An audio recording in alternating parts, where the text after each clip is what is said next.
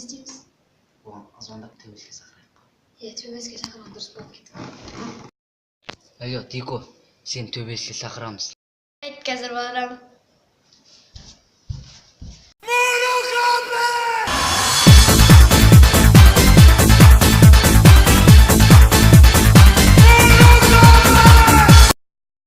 Кешірім сұрайсыңдар ма? Сен қарыз қайтару келдің бе, әлде тағы тұз сұрауға келдің бе? Төбелесейік. Жарайды, төбелесейік.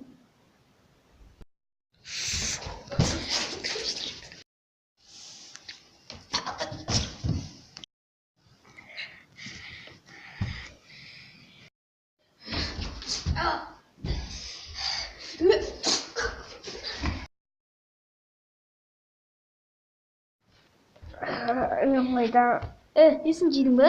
Сенде бәрі дұрыс ба? Сен ауруханаға барып, әйтеуір скорый шақырып жаман болды ғой? Менің кетуім керек.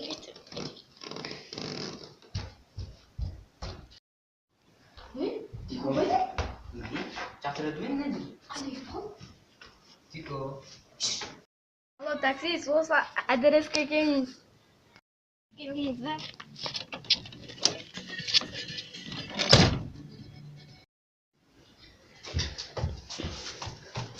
Тико қайда? Кетіп қалған сияқты. Тико кетіп қалды. Ішім басып кетті. Иә, телефонда алмайды, звондасам. Неге алмайды? Соны жаңа ішім басып жатыр ше. Онымен төбескен қызық еді. Иә. Қызық еді төбелескен. Әттең бекер кетіп қалды. Өзім ұра бердік, қарыз қайтын. Шынымызбен бір қалқамыз ғой.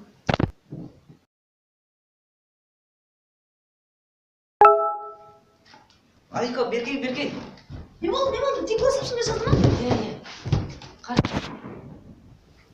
Мен сендерге бауыр басып қалдым. Мен қалаға кетем, енді келмеуім мүмкін. Қыздарыңды қайтармаған үшін кешірім сұраймын, сау болыңдар.